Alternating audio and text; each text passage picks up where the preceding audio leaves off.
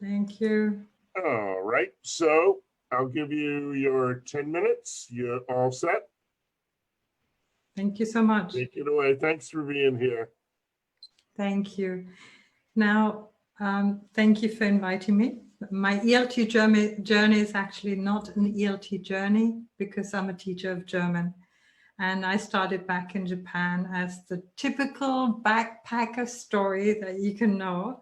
Travel Japan, run out of money, had to do something. So I ended up teaching German. But it was the best decision of my life. And like to tell a little bit more where it went to, because teaching German was then my passion, which I tried to pursue as long as I was abroad. And the what then ensued is, with my far sickness to being able to be abroad, I managed to live in the UK, and this was the most wonderful thing for me. 5 years. I was by then married to a Brit. I lived in the south of London. I worked in London for a couple of years, working with Japanese companies, but also taught German then for a long time, lots of private lessons. And then eventually, after quitting London, well, yeah, London, the commuting took their toll. After quitting that, I went then to teach in company. Had lots of students for German. So this was my passion. This was my. I did, however, marry a British person whose mother was German, and his passion or his vision was to live in Germany. So eventually, after living in the UK, we moved to Germany. And this is when a story started for me that was quite depressing at first, because I was no longer able to teach German. In Germany, you need a Germanistikstudium, you need to be having certificates and all of this. And all I was a backpacker. I had no professional development in that start. So I went to go about working anywhere. I worked in a company like Siemens. I worked in several other companies, Japanese companies.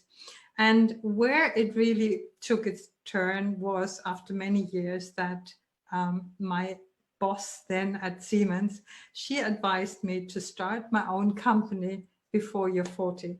That was her advice. And this is what I did. I started my company. I didn't even know what kind of company it would be. In the beginning, it took me a couple of years just to look around of what I would wanted to do. But eventually, the company itself, while still working full-time at Siemens and other companies, I started Let's Talk Online from the couch, from basically a side of the lounge, yeah, a tiny little office. And when I started Let's Talk Online, I had basically no experience whatsoever in the field which I was about to embark, which was virtual classroom technology. And back then, the technology was really difficult. We had to install the software. It had a huge voice lag, several seconds. It was a software that was developed. So after every 6-7 weeks, we had to reinstall the whole lot. However, from this little corner of the lounge, I was able to get some clients, and eventually had clients all over Europe, some in France and some in Denmark and some in Italy and Spain, even though the Spanish and the Italians are quite difficult. Back then, it was not even, people didn't even have webcams, and audio issues galore. What I wasn't able to do, though, is, even though I had 24 teachers in the end, and I was able to help them technically set them up, set the clients up and everything. What I was never able to do is give them some pedagogical advice on how to teach online. And because it was so new, there was no course that we could take. So eventually I decided and went out to develop this expertise on how to teach live online using video conferencing in the first year funded project. until that time, it was almost a rocket start. A new technology, lots of success with the language school, then EU-funded project, which is like brilliant. However, life is not always, and it's the hero's journey, as Sherry Williams says, then of suddenly the challenges come along. And this is what happened with me. My life shattered in 2011. I was like, yeah, my marriage broke apart. I lost in that wake not only my marriage partner, but also lost 2 children of his first marriage, 2 children, 6 grandchildren, because after, you know, you separate, then they belong to that family. I lost all of my friends. I lost my country. I moved to Brussels. I lost even my language. I had to start speaking French. And it was like, you know, what you do when you advance this, and then you have to try and find a job. But thankfully, this is what helped me. It was my company. The minute I arrived in Brussels, I was able to go online, open my laptop, and there was my life back together again. I was able to start sending invoices. I was able to continue working, and I've worked independent ever since.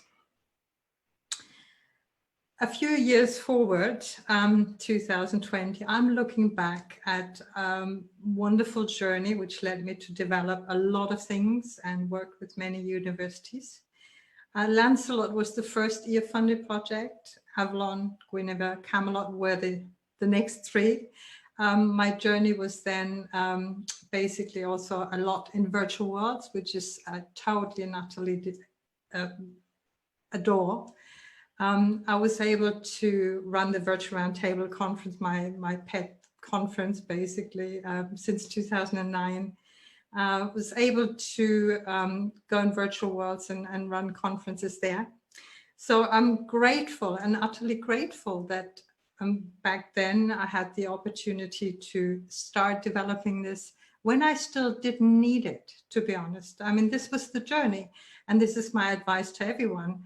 Try to set up a company online digitally, maybe, because you have 2 legs. There's an offline leg and an online leg, and perhaps one, you know, you need both to stand. Today, I'm very happy to be the owner of an island in Second Life, which is kind of bizarre, but this is where my home is. Yeah. In real life, I'm actually taking care of my elderly mother, who's not very well at the moment, and probably, yeah, let's hope that she will survive a lot more than hopefully also Corona.